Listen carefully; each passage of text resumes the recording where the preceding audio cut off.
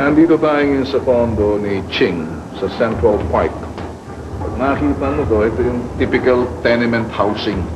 Pag sumilip ka rin sa ibaba, ang ganda nga ng hangin mo nang gagaling doon sa mga imbornal na yun, o ano ba yung kanal dyan.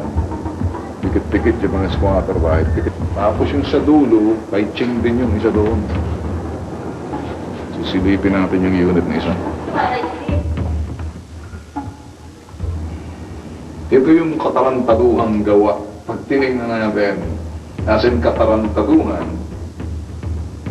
dahil pag bubuksan mo, paano lalabas yung ano? Itutulak ka muli sa loob.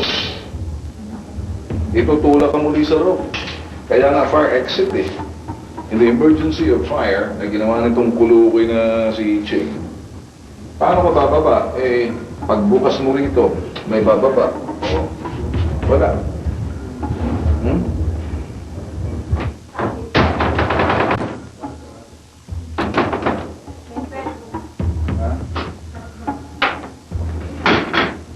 Hindi na ako safe para sa aming mag-iina.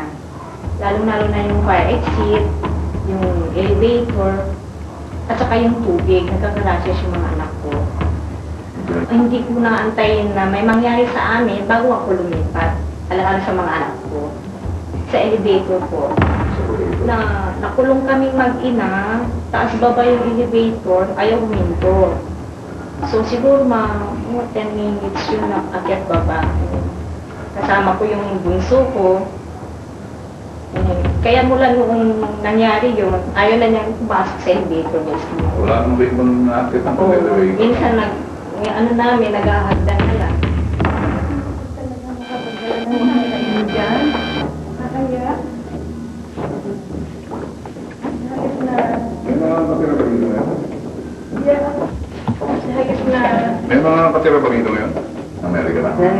Sino ka nakatira? Saan? You stay sa New York. Sa New York. So you stay in New York, you come every now and then? Once a year since 2000, umuwi ako every year dahil namatay yung father ko noong 2000. Sumagay.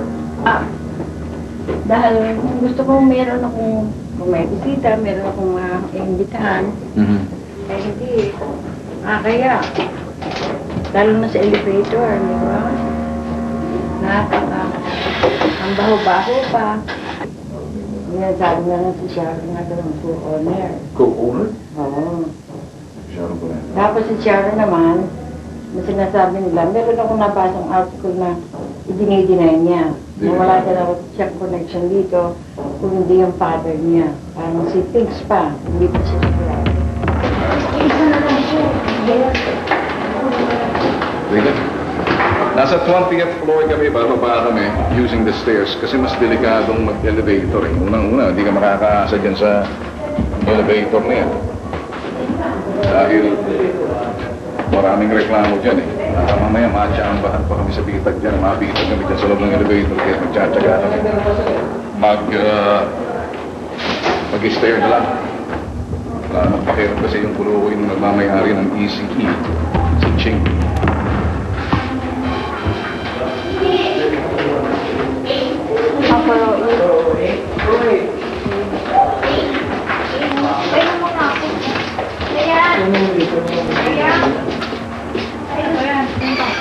Ginawa yun na.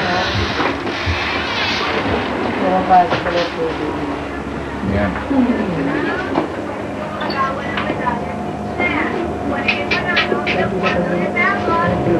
Dito ba natutuluan ang tubig yan?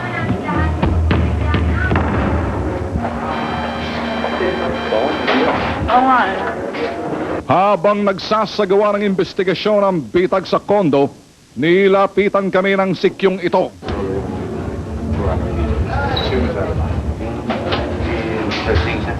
Sabihin mo ka, Mr. Ching, kausapin ko siya nito. Gusto mo, sabihin mo ka, Mr. Ching, pupunta ako sa opisina niya dahil nag-i-investiga kami.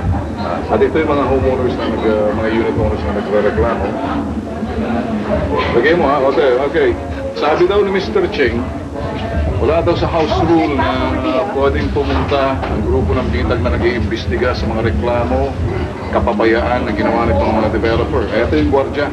Wala daw sa house rule. Kaya sabi ko rito sa gwardiya dahil inuutusan ng Mr. Ching. Dali mo ba Mr. Ching yan? Okay, Sarah, punta tayo.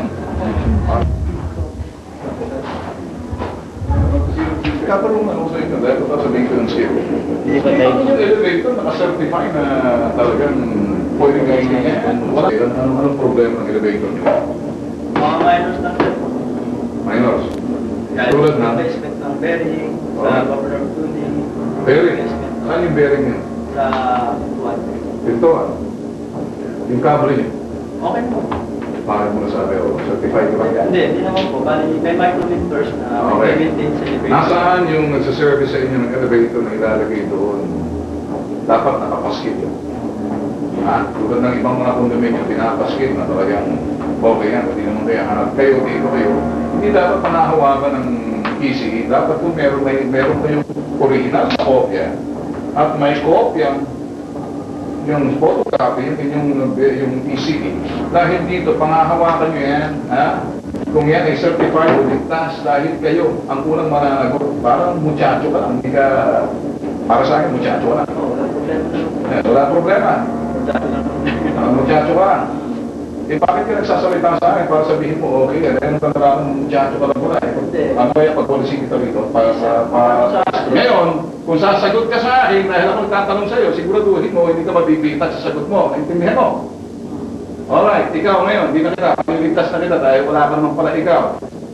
Wala ka bang pinangahawakan certification ng elevator na yan? Ayan, ligtas. Yan sir, assistant ng sir.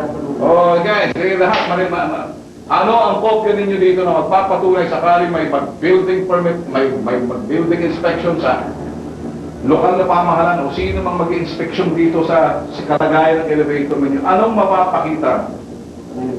Wala. Oh, wala kayong karapatan sa wala. Ha? Hindi lang natin sa akin, mapipitag lang kayo. Sige, wala. Mula sa mga nagre-reklamong unit owners, ibinigay sa bitag ang mismong cell number ni Emilio Ching. Pakinggan ang kanyang paliwanag sa bitag. Ching, tatanong ko lang sana, ano bang problema rito sa Central Park? Yung bang sa yung connection, we take open, we don't really, we can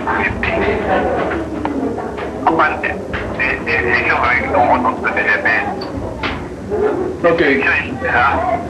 Iko-complete nyo ba yung pinaka-kompleto sa inyo ng HLURB dito? Hindi na sabi, hindi